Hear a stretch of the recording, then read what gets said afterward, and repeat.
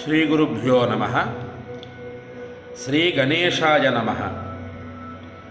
తస్యామిషోర్జలక్ష్మీ తరుణీభ్యాం శరదృతుః సదా సహితః అభ్యర్చయన్ సజీయ దంబ ఆమోద మేదుః కుసుమైః. ఈ శ్లోకం తాలూకు తాత్పర్యం అర్థం చేసుకోవడం కాస్త క్లేశంగా ఉంటుంది, కానీ వివరం కొద్దిగా చెప్పుకుందాం.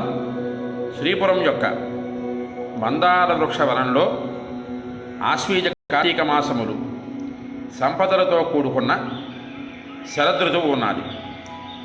వాసనలతో నిండిన పుష్పముల చేత పరమేశ్వరిని అమ్మవారిని పూజిస్తూ సర్వోత్కృష్టముగా వర్తించుగాక అన్నది ఆ శ్లోకం తాలూకా తాత్పర్యం.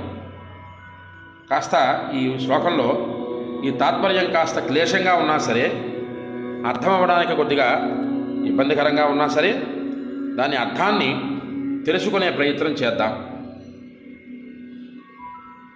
వాసనలతో నిండిన పుష్పముల చేత అనేటటువంటి పదం జాగ్రత్తగా పట్టుకున్నట్లయితే మనకు ఉండేటటువంటి సమస్త వాసనలు, మానవుడికి ఉండేటటువంటి ఇహపరమైనటువంటి సమస్త వాసనలను వాటినన్నింటినీ కూడా అమ్మవారి పాదాల చెంత పుష్పాలలాగా వేసి పూజ చేసి అమ్మవారి తాలూకా మహోన్నతమైనటువంటి అనుగ్రహాన్ని పొందుదురుగాక అన్నది ఆ శ్లోకం తాలూకా ఆంతర్యం. హరి ఓం. స్వస్తి.